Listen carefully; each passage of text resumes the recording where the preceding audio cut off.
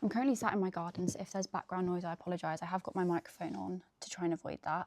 I'm also in my pyjamas. It says I love my girlfriend, but it's pictures of me. It's currently April 2026, and that means that it is just over a year since I was diagnosed with autism. I'm 24 now, I was 23 when I was diagnosed. The past year has been really crazy. I feel like my journey with autism started a bit before I was diagnosed, like a few months before I was actually diagnosed, when it was something that I was considering. But I wanted to talk through everything that I've learned, everything that's kind of happened as a result of my diagnosis, the way that my perception of myself and my life has changed, the things that I've learned, the tools that I've acquired, and basically just give a full roundup of everything that has been a part of this journey for me up to this point and where I am now, because I think that could be really helpful for somebody who is seeking a diagnosis or has just received a diagnosis or is on the journey at any earlier stage than I currently am. And it's nice for me to look back as well. You know, maybe I'll do another one of these in a year's time and I'll be further ahead, and that'll be nice. So I was diagnosed with autism in April 2025 when I was 23 years old. My journey with autism began in July 2024 when I was 22 on the day of my graduation from university. Basically at this point I had diagnoses of OCD and BPD, and autism wasn't something that I'd ever considered. I'd done a therapy group with people that were autistic, and even, you know, getting to hear them speak about their experiences, I've kind of been like, no, definitely not me. I'm definitely not neurodivergent. Kind of everything changed when I left full-time education. So I finished my dissertation and my classes in the end of May, start of June 2024, and was then moving back to Northampton to live with my mum, live in my family home, looking for jobs. So I was working full-time in the hospital, but I was looking for the job that I wanted to do with my degree.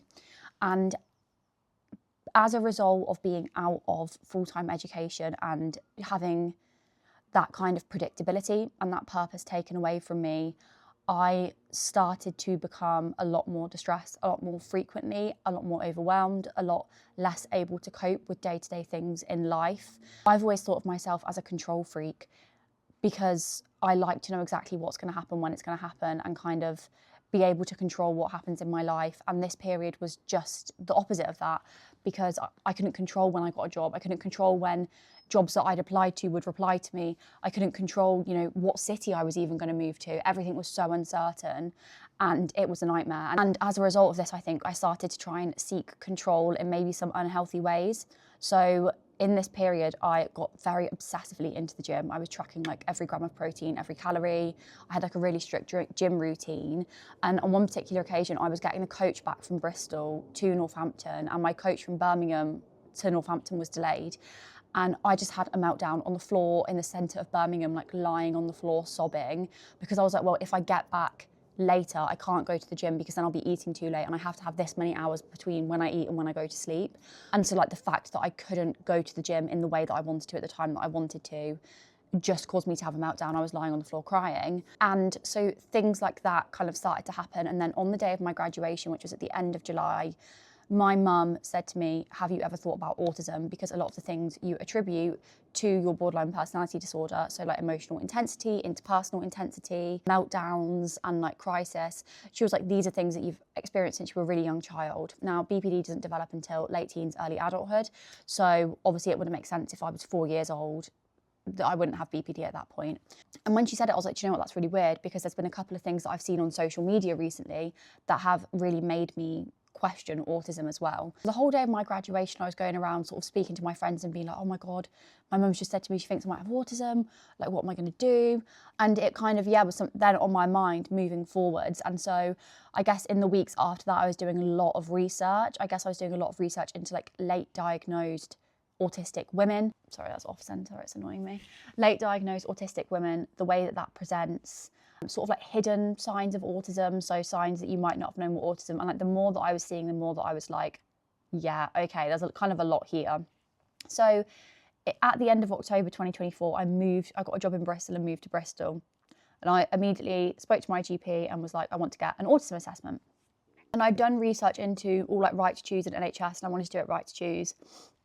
And I can make another video on sort of the diagnostic process. That's not really what I want to talk about as much in this, but I was referred to Right to Choose, had my ADOS assessment in like February, and then my second part of my assessment in April where I was diagnosed. So from July 2024 up until about February 2024, my like mental health was like this. I was very, very rapidly declining in my well-being. I was having a lot more meltdowns. I mean, starting a new job, moving cities, like trying to find a house share, all of that stuff is really stressful for most people. And I was, just really, really struggling. I was becoming very, very obsessive about certain things. I started binge eating, I guess as a way to sort of cope in the evenings with how stressed I was. I was living in a new house share, which I found incredibly difficult. I have lived in house shares before and found them difficult, but I think with this sort of unraveling process, it was like all the things I'd found difficult in previous house shares were like difficult times 100 in this house share. I was just crying all the time. I barely left my room. And it got to the point in February where I had to be signed off work and I had to go back to Northampton because I could not, I felt like I couldn't exist anymore. I was so drained. And the way that I describe it is like, when I looked at my life and like myself, it was like, imagine if I was a tree and it was like deep under the layers of this tree, like 100 meters down, the roots were like rotted and tangled and there was no way I could even access them to untangle them or cut them off. And so I was at like very high risk at that point. I was very suicidal. I mean, I said to the GP, I was like, if I can't get help, I'm going to end my life. Like, I do not know what to do. I was referred to secondary services and signed off work. And if anybody's ever read the book Norwegian Wood, I can't remember the name of the author, there is a character in that book who really struggles with her mental health. And she basically lives in this, how would you describe it? Sort of like, it's like a facility, a mental health facility, but it's in the mountains in Japan, and the whole purpose of it is convalescence. So basically, I wanted to be completely secluded from everybody. I didn't want to have to talk to anybody. I didn't want to have to make eye contact with anybody. I didn't want to have to decide what I wanted to eat, when I was going to eat, what I was going to do with my time, what I would wear, when I would shower. I didn't want to have to make any decisions. I genuinely, if you've been there, you will understand the feeling, but it's like being stripped bare of literally every single ounce of energy that you have within your body. And I felt like I couldn't function. I wanted to be hospitalised because I wanted to just lay in a room in silence and stare at a wall and be told what to do and when to do it. I didn't have the energy in me to even do anything that I enjoyed, to speak to people, to be around people that I loved, any of that sort of thing. It was like honestly horrendous. And I feel like this is phase one, is just the complete like uncoming of everything, the unraveling of everything, skill regression, burnout. Basically then, very bad timing for me in my life. The week that I was signed off work, my best friend, who also was my first ever boyfriend, we were together for 2 years, and then like best friends afterwards, took his life. So that all happened within a week of each other. And so when I talk about this period, obviously that is something that is heavily impacted my experience. And I think it's important to kind of say that that is the case. That's not what this video is about, but obviously that will have massively impacted my experience and my mental health at that time and today and throughout the rest of my life. I think that's important to kind of recognise that that was something that was also going on for me at the time. But obviously I'd been signed off work before that happened. So my mental health was kind of like at rock bottom, and then that happened and it was like, I was dealing with this thing and then another thing just came from the side, unrelated, and it was just like, oh, brilliant. When I talk about that initial stage with autism, the skill regression, the burnout, getting to that point where I was having to have time off work for stress, which I've never had before, and was like looking at hospitalisation, I think there's a lot of questions that people have of like, well, if you've been autistic your whole life, why is it that suddenly you weren't able to cope? Why isn't this something that had happened before? How is it that all these problems for you but just became problems out of nowhere? Like, why is it that you couldn't make eye contact then, but your whole life you've been fine making eye contact? And I understand how that could be really confusing for people, because obviously, you know, I didn't become autistic at that time in my life. I have always been autistic, but we cannot underestimate the power of masking. When I was diagnosed, the guy that diagnosed me basically was reflecting on how high masking I am and have been throughout my life. As a result of, other parts of who I am as a person, I was able to be very high functioning and high masking and pick up very intuitively on the way that I was supposed to be. And I think for me, there are lots of ways that I coped. One of them was being in full-time education and excelling in that, doing really well in education and focusing on that. And that was something that kind of held me, the structure, the purpose, but also was a good mask for me, because it wasn't like it was getting picked up on that maybe there were eccentricities or difficulties that I had, because I was getting all A stars. So it was just like, well, there's not a problem. I grew up with four older siblings. And so I think, again, growing up in that environment, you're learning from a very early age, you're having like a very developed social education. So I think that was something that I was able to pick up on really easily. And I think what often happens for women who are late diagnosed is that our autism might not show. People might not be able to tell that we're autistic. We will be really high masking, but the autism, the difficulty, the masking, the stress, the anxiety as a result of that has to go somewhere, right? So it goes inwards. It turns into like horrendously low self-worth, eating disorders, anxiety, poor mental health, self-harm, things like that. And I think that was definitely my experience, is that I always struggled a lot with my mental health, and that tension went inwards as opposed to like obvious behaviours. But I guess the way that I see it is like, for 23 years, there'd been this dam there that was stopping me from appearing autistic or from that coming across. And for 23 years, water was building up. And then as soon as I kind of became aware that I was masking and aware that I was autistic, the dam broke and all of this water from 23 years came out, which I think is why the skill regression and the burnout that I experienced was so extreme, was because it had been building up for 23 years and it had to go somewhere, it had to come out at some point.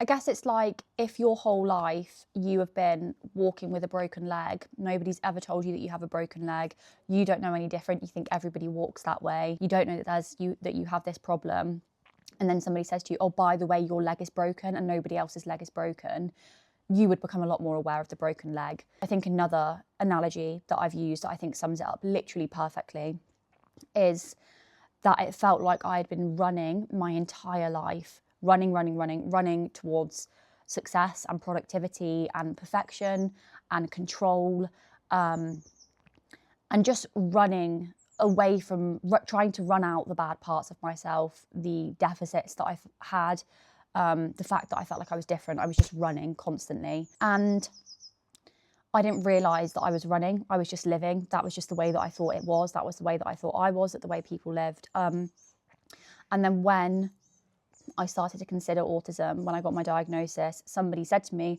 oh, by the way, you're running.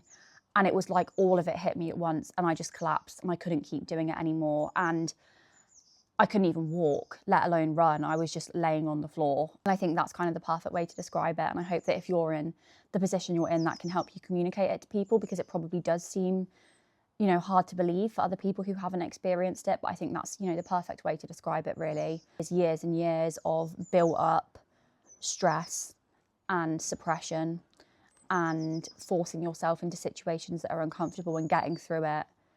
Just at some point, the wall has to break, and you probably will collapse.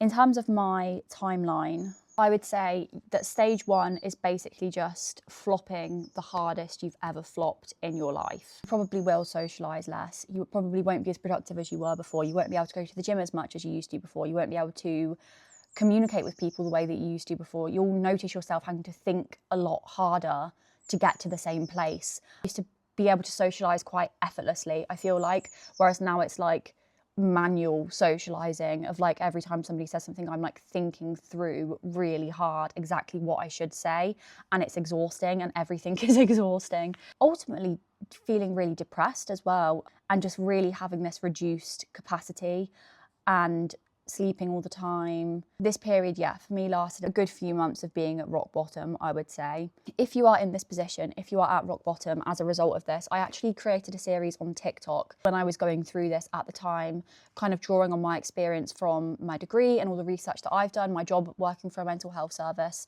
and my experiences, and I made a series called The Roadmap Out of Rock Bottom, which is like maybe 40, 50 parts, I can't remember honestly, kind of talking you through that and how to kind of, you know, try and kindly and compassionately and sustainably get out of that. So if you'd like to check out that series, I will. Can I link it? I don't really know. I'll try. You can look.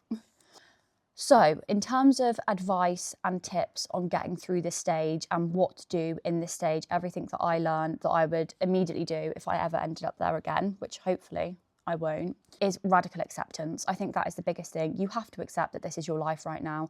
The harder you push, the worse you're going to feel. If you try and force yourself out of it, if you take on too much too quickly, if you try and run before you can walk, you're just going to end up there, but worse. And I think accepting that at the moment in your life, this is where you are. You can't control how long you're going to be there. You can't stop yourself from feeling as bad as you do. You shouldn't try and force yourself to make eye contact or make loads of social plans or go back to work if you're having time off work. You have to lean into it. You have to accept it. And I guess linked to that is be kind to yourself. Stop being horrible to yourself. Stop being mean to yourself. It's not going to help. Being mean to yourself, maybe that's what you've done for the past few decades when you were masking. Maybe that's how you did it, as you were just really horrible to yourself. But genuinely, as somebody who is like the incredibly good at being horrible to myself, I was really horrible to myself. Did it help? No, it probably made me stay in this burnout and this rock bottom for longer. You have to try and be kind to yourself. With that acceptance, accept this is where I am right now, and that is okay. It doesn't mean that I'm the worst person ever. It doesn't mean I'm lazy or weak or that my life's never going to get better or that I'm failing or that I'm making it up. Being kind to yourself is one of the biggest journeys that I think you kind of have to learn in this late diagnosis experience, is to be kind to yourself again, because you probably have been really horrible to yourself in your life up until this point. And I think kind of, I guess, what I did at the time was I felt really, really dreadful, the worst I've probably ever felt in my life. And that caused me to panic, which is often what I do. When I notice I feel bad, I panic. I'm like, I have to do something to stop feeling this way right now. Or I attach loads of meaning to it. Like, this means that I'm never going to feel better. Or I feel really hopeless with the future. And I think I'm never going to get better again. What's the point in trying? And that is what sends me into crisis. It's not even necessarily the feeling bad. It's the meaning I attribute to it and the panic that it causes in me. And I think that's why radical acceptance and self-compassion is so important, because you can notice that you feel bad. You can notice this is the worst you've ever felt in your life, but you don't need to add more stress to that. You can notice it, be like, okay, this is what's happening right now, accept it, and be like, what can I do around this? How can I live in a way that is going to support me mentally and physically right now, as opposed to being like, oh my God, I feel terrible. This is awful. What am I going to do? I need to stop. I need to get out of this. I need to get out of this. Sit in that. Like I said, I did a series about this, so I feel like there's a lot more detailed information in that if you'd like to check it out. But what I will also do is link in this video a couple of resources that I think could be really useful if you're in this first stage, the flop harder than you've ever flopped stage. One of them is called Circle of Priorities. This is something that I did at the time, I think is really useful when we think about trying not to push ourselves too hard. So basically what the circle of priorities is you can do it really easily on a page. You have your inner circle. So your inner circle is things that no matter what are your number one priority every single day. You kind of have to prioritize them. So for me, that would be my mental well-being, eating and sleeping, maybe could be the three that you put in there. So no matter what, every day you will prioritize these things above everything else. The second circle is things that, you know, at a little bit more capacity, other things that you're going to prioritize. So this could be relationships with family and friends. It could be if you have like a special interest that you're really passionate about. It could be getting outside and walking. Any of these things that are kind of like, okay, as soon as my capacity is not at zero, I will think about these things and prioritize them.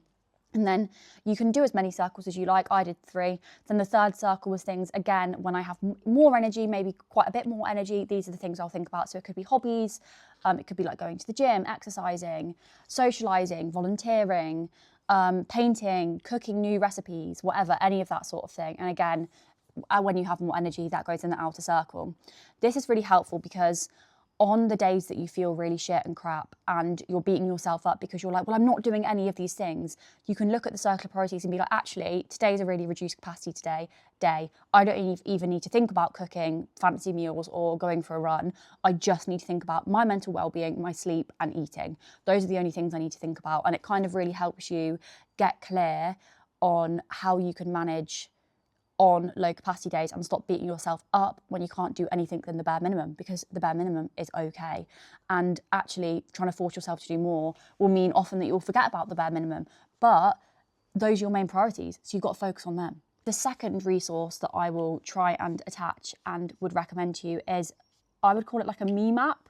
So kind of like a mind map, but to do with yourself. I think if you have been masking for decades, you don't know your autistic self. You don't really know yourself that well because you've been suppressing parts of yourself for so long. And so something that I did was that I started to create a me map. So just put my name in the middle, and then as things kind of came up for me, as I sort of journaled and reflected and realised stuff about myself, I would write it down. So you could do this just as things pop up, or you could use prompts. So prompts like, I feel most myself when I'm around, you could list some people, or I feel most peaceful when I am walking, sleeping, doing video games, whatever it is for you. And I think this is one of the sort of most reassuring things that I can say about this journey, is that actually, in a way, it's really exciting, because you have been maybe living in a way that wasn't sustainable and wasn't true to yourself. You maybe don't really know yourself that well because you've been masking, not just to other people, but you've been masking yourself from yourself, if that makes sense. And so actually a lot of what this journey is about is self-discovery. And I think this is something that if you're at that rock bottom, if you're in that, ground zero, trying to put a positive light on it by doing something like the me map can be really helpful, because you're showing to yourself, actually there's self-discovery that's happening here, and hopefully greater authenticity as a result of what I'm going through right now. So I guess for me, having been so high masking, there were lots of things that kind of came out over this period that I realised about myself. So things like clothes. I've always had so many issues with clothes, from being like 5 or 6 years old and having meltdowns on the floor of New Look school trouser shopping every year because I hated the way that the trousers fit me, to being like a teenager and getting changed like 5-6 times a day, having to go home from uni multiple times a day and get changed because I felt so uncomfortable in what I was wearing. So then now being an autistic adult and being like, actually, do you know what? I just want to wear tracksuits every day. That's like all I want to do right now, because I'm becoming more tuned in to my sensory needs. And another note, just before I move on to the second stage, about this first stage, the hardest stage, the flop of all flops, is that a big part of masking is the suppression of your internal voice. I've always said that I never have a gut instinct. I don't really have an internal voice. I have an internal monologue, don't get me wrong, but I don't have like an intuitive voice inside me that tells me what feels good and what feels bad for me. And I think that's because I've been masking, so I've just suppressed it. Anytime my internal voice has been like, oh, actually, you're really drained, you should go home, I've been like, shut up, bitch, I'm staying out. Anytime my internal voice has been like, maybe don't wear that big chunky belt and all this jewellery because it's really uncomfortable, I've been like, shut up, like I want to look good. And so I think when you have this catastrophe and this meltdown and this skill regression, this burnout, everything is stripped away from you. You're at zero, you're like raw, and everything feels like it's been taken away, yourself has been taken away. That silence and that emptiness allows your internal voice to come through and be heard. And so it's really important that you try and start listening to that a bit more. Okay, now we're on to stage 2. Stage 2, what will I title it? Maybe like tension, I feel like stage 2 is. So for me, I guess I reached this maybe in sort of July, August, September. So 4 months after my diagnosis. So the skill regression and burnout stage was like October, November, December, January, February, March, April, May, June, July, about 10 months. This next stage was then a few months after my diagnosis. So in this stage, what it basically looked like for me, and if you are like me in any way and you're like a formerly very high achieving, productive perfectionist, I imagine you will probably go through something quite similar, where I was like, okay, I've done enough now. I've done enough resting and listening to myself and being at zero capacity. I want to start being who I was before now. Like, I want to go back to the Gracie that was getting straight A stars and working 60 hours a week and going out with her friends and dating and all this stuff. Like, that's who I'm going to be again now. So time to get the fuck up. And what this basically looked like for me is the classic neurodivergent thing, I feel, of every week it'd be like a new life 180 plan. I try to do 75 hard in this stage, maybe 3 or 4 times. But I tried different variations. So I'd be like, okay, I'll do 75 hard. No, that's too hard. Okay, now I'm going to do 75 medium. No, not quite right. Now I'm going to do 75 fucking who knows what. And making all these plans to try and be like who I was before and be really productive and get myself up. And in this stage also, I was struggling a lot with binge eating. And I highlight this to highlight a really core part of being neurodivergent for me, which is all or nothing mentality. And this became very prevalent for me in this stage. I think being autistic, I like to have rules around every area of my life. I want to know exactly how much money I'm allowed to spend on certain things, exactly how many calories I'm allowed to eat, exactly how much time I should spend on different things. And it's mainly these 3 things for me: time, money, and food, I guess, because I see them all as scarce resources. And so in this stage for me, it was like this constant battle where I just couldn't find a middle ground. So it was like I'd push, and then collapse. Or I'd like eat, and then starve myself. Or I'd like save, and then spend. And it was like this like kind of stop start. I kind of imagine it, this tension between like, well, I know I'm autistic now and I do want to, you know, acknowledge that. And I know that I need rest and I know that I have reduced capacity, but I also just want to go back to being really productive and successful and, you know, slay again, essentially. So it was kind of, yeah, just this tension between the life that I'd had before all of this, or before I knew I was autistic, and that super productivity and super perfectionism, knowing that I was autistic and knowing that I need to do things differently, but being unable to find any match between those 2 things. And so I'd go through stages where I was like really pushing myself to be like I was before, and then going completely back into burnout. And I could not find a middle ground. I had no idea how to like manage anything if I couldn't do it at either 100% or 0%. And so, yeah, I guess what that kind of resulted in for me was like pushing myself in different areas, so like work and socialising, the gym. I mean, there was phases where I was going to the gym like 7 times a week, and then I just crash and not go for like 3 weeks. And just having this need for rules and feeling like I had no idea how to manage anything. I couldn't find a middle ground. I didn't know what to do. I didn't know how to try and start living again in the way that I wanted to. Also with all of these additional needs that I now had, and honouring that and being compassionate and letting myself rest. And I remember having a conversation with a therapist that I saw for a few sessions at the time and saying to her like, okay, so let's say today you really fancy chocolate, so you have a chocolate bar, but then you're like, okay, well, I really fancy more chocolate. At what point do you stop eating chocolate? Like, how much chocolate do you allow? And she was like, I don't get it. And I was like, well, what are the rules? And she was like, well, I don't know, like maybe I'll have another chocolate bar. I was like, okay, but then what if you really want more chocolate? Like, how much chocolate is too much chocolate? And she like didn't understand it, but it was like that with everything for me, of like, okay, let's say I've made a plan that I'm gonna go to the gym 4 times this week, and then on the Monday, I'm really tired and I don't wanna go. Do I make myself go because it was my plan and I should do it? And like, you know, I can't wait till I'm 100% motivated and definitely want to go. Sometimes you have to go even when you don't want to go. But then how do I know that I'm not pushing myself too hard and I'm not going to push myself back into burnout, and that I'm, you know, I don't want to suppress my needs. If I need rest, and I want to honour that, but also I'm always going to want rest, and I can't wait till I 100% want to go. So how do I know what to do? And yeah, I'd kind of have these crazy sparks of energy and inspiration, and I'd be phoning my sister like, I've just had like the best idea, and I'm going to wake up and I'm going to do this every day, and then I'm going to do this, and it's going to be brilliant. And I have notebooks filled with all these plans that I was making, and I was doing the artist way and all this stuff.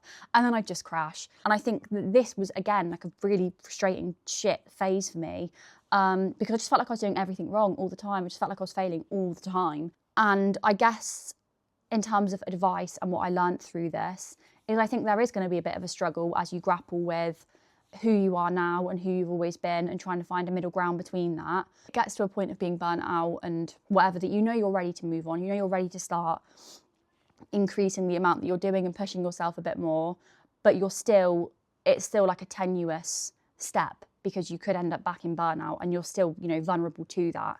So I think that is going to be struggle. That is going to be struggle as you learn that. You learn your limits, and you learn that through pushing yourself and then getting burnout and being like, okay, that was too much. And your internal voice maybe is still quite weak at this phase. So that is still that difficulty with listening to that and knowing when to push yourself and when to stop. And so what I would say for me at this stage is be patient, keep trying. And I think ultimately what I learned at this point is that I could never go back to the way that I was before, but that didn't mean that I couldn't find systems and processes and practices that worked for me. And so when I was making these life plans, when I was doing the 75 hard, and then it wasn't working, initially I was like, I'm such a failure, I'm never going to be able to do anything again, I'm such a flop, I'm so lazy, I'm so weak. And actually what I realised was, hang on a minute, I'm doing these things to enhance my life, to make my life better, to enable myself to do hobbies and passions and reach goals that I want to. I am not like a servant to these systems that I'm introducing. I'm the person who's introducing them. And so if they don't work, fine, that's information. 75 hard doesn't work for me. Okay, let's try something else. I am the one choosing to put these things into my life. I'm the one choosing to try and meditate every day for 15 minutes. If that doesn't work the way that I'm doing it currently, that's fine. Accept that, take it on as information and try again. You have to understand that you are autistic now for the first time in your life, and so you're learning how your brain works, you're learning what works for you, and that's going to be a lot of trial and error. And when the error happens, it's not because you're a failure, it's because, okay, that plan didn't work, let's try something else. You're not beholden to these systems and routines and structures that you're trying to put in your life and practices. You are the creator of them. And so just as easily as you decided to try them and put them into your life, you can decide, okay, that doesn't work, I'm going to take it out, let me try something else. So I guess that's kind of the main bit of advice that I would say for that, and the sort of the thing that I had to learn. And I think, yeah, again, self-compassion. I mean, I could talk for 50 minutes about self-compassion in this video, because I think it is the most important thing. And I can make a separate video on how to show your self-compassion, because I know it's really hard. But self-compassion, you're not going to get anywhere if you're just horrible to yourself all the time. You don't deserve it. It's not going to help you. So put that down. Now we come to stage 3, which I feel like is something that I've only very recently entered in about February of this year. So stage 2 was maybe like July, August, September, October, November, December, January, February, maybe about 7 months of stage 2 for me. And now we are in stage 3 as of, I would say, February. Basically, stage 3 started for me on the 1-year anniversary of my best friend's passing. And I was doing a lot of reflection, and I kind of was like, hang on a minute, I am really fucking depressed. I kind of realised that I had let myself exist in this hole for a really long time, and that actually I was ready to get out of it. Because for so long, going through this journey with autism and also grief, I'd kind of gotten to a place where like I was getting really good at not pushing myself too hard and resting a lot. I'd kind of actually gone maybe too far the other way, where I wasn't pushing myself at all and I wasn't doing anything that challenged me. And it's okay if you're in that phase for a while where you're not pushing yourself and you're not challenging yourself. Absolutely, that's necessary. But I think for me, basically what I've realised is that I am ready to start challenging myself again. I'm ready to start pushing myself again. And I'm at the stage now where I don't want the fact that I'm autistic to be the biggest thing in my life anymore. I'm ready for that not to be my main focus. Yes, you have autism, you also have humour and passion and love and intelligence and ideas and curiosity and all these other things. And I think for me, autism and grief have dominated the past year of my life, 100%, over a year. And absolutely, that should have been the case. I don't have regrets about focusing on that so much. I think it was really important for me to get to where I am now. But I feel like I'm finally coming out of what has been the worst time of my life. And I feel ready to start pushing myself more. Not in a way of like, oh, I'm so much better now because my capacities come back a bit. Absolutely not. I am proud of myself for getting through the last year and the strength that it took some days literally just to go outside for 5 minutes and like take the bins out. But I do feel like I'm coming out of that now. And actually, for me, up until this point, autism has primarily been about struggle. It's been about reduced capacity, burnout, trying to relearn myself, feeling like I'm failing, things being a lot harder for me. And now I feel like I want to feel the autistic joy, and I'm ready for that. I'm in a place now where I do feel a greater sense of authentic self, and I feel like I live in a more authentic way. I'm aware of my needs and I'm able to communicate them, and I'm not going to push myself to breaking point. My internal voice is a lot louder, and I want to live with this now, but not have it be the only thing that I think about. You know, it's like I went to the new Uniqlo store opening event in Bristol the other week. I guess in stage 1 of the journey, I wouldn't have been able to do that. I wouldn't have even been able to consider it. It would have been too much. Stage 2, maybe I would have considered it, but I would have had a very all or nothing mindset to it of, well, I have to look amazing when I go there. I can't stim in public, you know, whatever. Or that's going to be way too hard for me now that I'm autistic. There's no way I could ever do that. And now it's like I'm like a person first and like an autistic person second, I guess. I don't know if that makes sense. But like I went to the event and I was like, yeah, I'm going to go to the event maybe in an autistic way because I'm autistic, but that's not like all I am. And I don't need to limit myself in advance. Like I can try this. Maybe I'll hate it, then I'll leave. That's fine. I'm going to go to it. And I actually had a really fun time. But I don't know if anything comes, if anybody else films content, sometimes I'm filming, I'm just like, does anything I'm saying literally make any friggin' sense?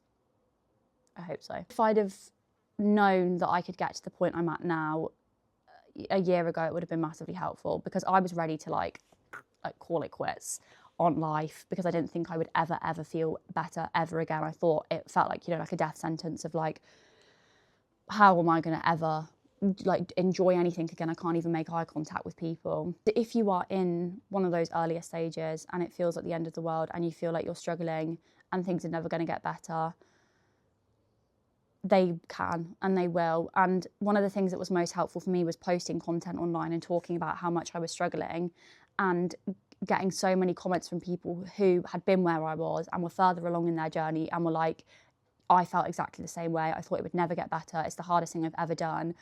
But I am now a lot happier than I've ever been. I feel way more myself than I ever have. I'm happier and like truer to myself than I've ever been. And I'm so glad that I went through this journey and I got the diagnosis and I went through the burnout and the skill regression and have now come out on the other side of that. I posted a video on TikTok when I was first sort of diagnosed, saying that getting diagnosed had ruined my life. And one of the reflections I shared in that video was that I feel like my life maybe needed to be ruined because it wasn't working for me. It wasn't working with my brain. It wasn't working for who I am. And I think now I'm at the stage where it's like, okay, that life has been destroyed. I'm never going to get it back. I've grieved that. I've accepted that. I've gone through the burnout. I've gone through the skill regression. I've gone through the grappling with like how I can live and like do stuff, but also not get burnt out and be true to myself. And now I feel like I have this like clear and exciting path ahead of me. And I'm excited to navigate it. And I'm excited to try new things, use all the skills that I've learned, and listen to my body and my brain and all of these things and work with that. And also try exciting new things. Just get to be Gracie again, really. Because I do feel like I really lost my spark over the past year, which I think is understandable. But I know that I can get it back and I'm excited to try. I hope that what I've said has made a modicum of sense. I should also note as well, when I had my autism assessment last year, they also said that I had like screened positive for ADHD. So I'm currently waiting for an ADHD assessment. That's like a whole other thing that I never ever would have thought that I had. Once I, have that diagnosis, if I get the diagnosis, my assessment's coming up, I can make more videos about that and how crazy that is that I have ADHD when I've literally always been like the most type A person ever. If you have any questions about this journey, about anything related to anything that you think I could answer, just leave them below and I will comment those. I will make videos about that.